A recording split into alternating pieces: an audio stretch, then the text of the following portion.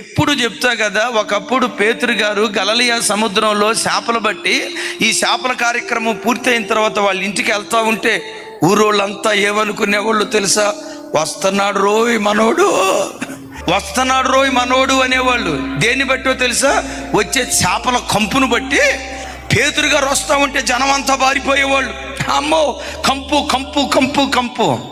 ప్రభు చేతిలో పడిన తర్వాత ఆ పేతురు వీధులు గుండా వెళ్తా ఉంటే పారిపోయిన ప్రజలు పరిగెత్తుకుంటా వచ్చి, నీ నీడ మా మీద పడితే చాలయ్యా మా బ్రతుకు ధన్యం, మీ వస్త్రపు చెంగు ముట్టుకుంటే చాలు మా బ్రతుకులు అద్భుతం, మీ నడికట్టు తాకితే చాలు, మీ నీడ మా మీద పడితే చాలని అవమానపరచబడిన బ్రతుకులను మహిమ కలిగిన బ్రతుకులుగా మార్చాడు.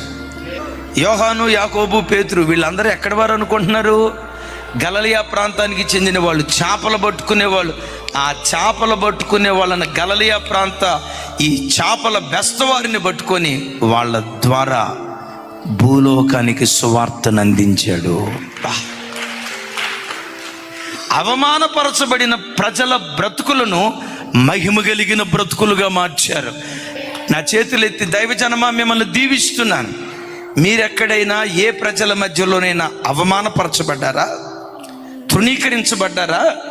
వేదన నొందిన బ్రతుకులుగా మీ బ్రతుకులు మిగిలిపోయాయా? ఎగతాళికి, నిందకు, తిరస్కారానికి, అవమానానికి మీ బ్రతుకులు ఈరోజు ప్రజల ఎదుట ఒక విచిత్రంగా, ఒక తృణీకరించబడిన పరిస్థితిలో మీ బ్రతుకులు మిగిలిపోయాయా? నా చేతులెత్తి దీవిస్తున్నాను. గొప్ప వెలుగుగా పిలువబడుతున్న నీ ఆరాధ్య దైవం ఏదో ఒక రోజు తప్పకుండా నిన్ను దర్శిస్తాడు. ఎక్కడ తృణీకరించబడ్డావో అక్కడే మూలకు తలరాయిగా దేవుడు నిన్ను మారుస్తాడు. ఏ ప్రజల ఎదుట తలదించుకొని బ్రతికావో అదే ప్రజల ఎదుట తలెత్తుకొని తిరిగే దినాలు నిశ్చయంగా నీ బ్రతుకులో దేవుడు అనుగ్రహించునుగాక. అవమానం పొందిన చోటే, తృణీకరించబడిన చోటే, ఎగతాళి నొందిన చోటే, నిందపడిన చోటే రెట్టింపు ఘనత నా దేవుడు నీకు దయచేయునుగాక.